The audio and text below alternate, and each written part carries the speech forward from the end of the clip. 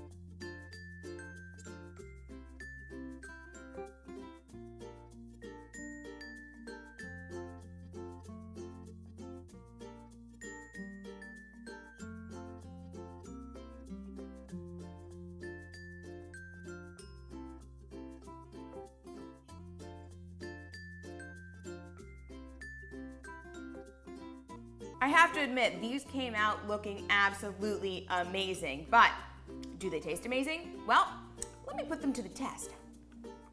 I freaking love all of my cooking.